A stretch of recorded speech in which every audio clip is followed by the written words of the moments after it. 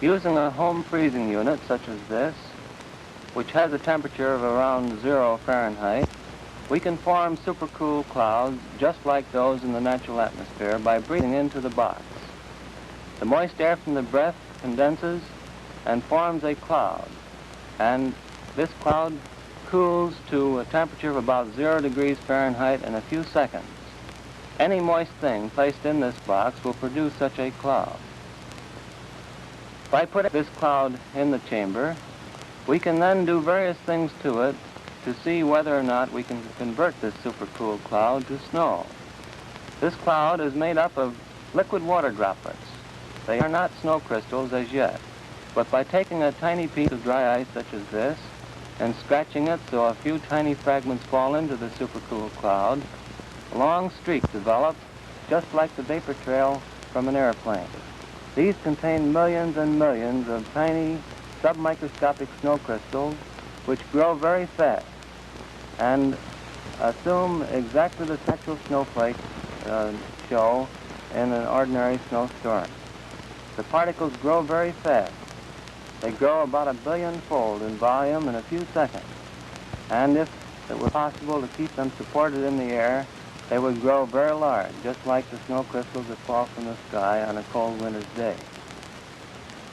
By applying more moisture to the cloud, the particles grow.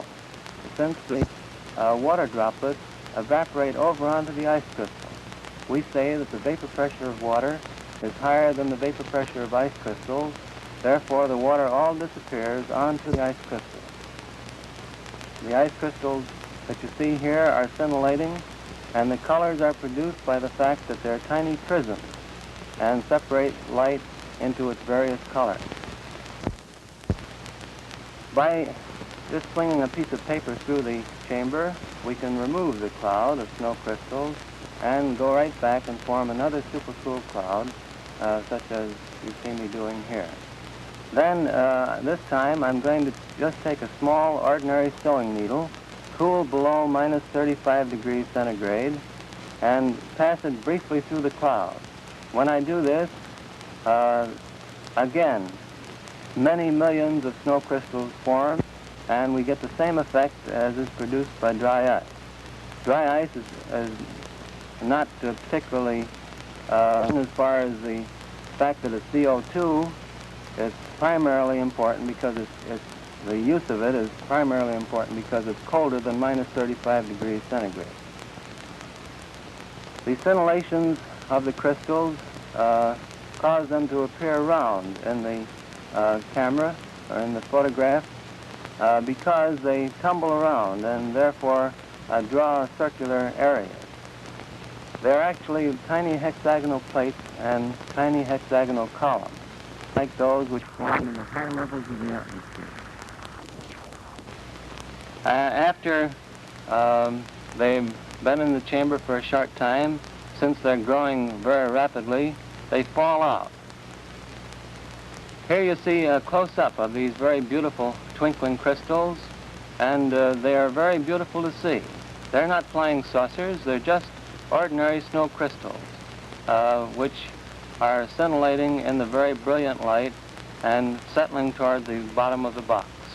The size of them is the order of 5/1000ths of an inch. Mostly hexagonal plates in this case, very much like these. At last has permitted us to do a little something about the weather.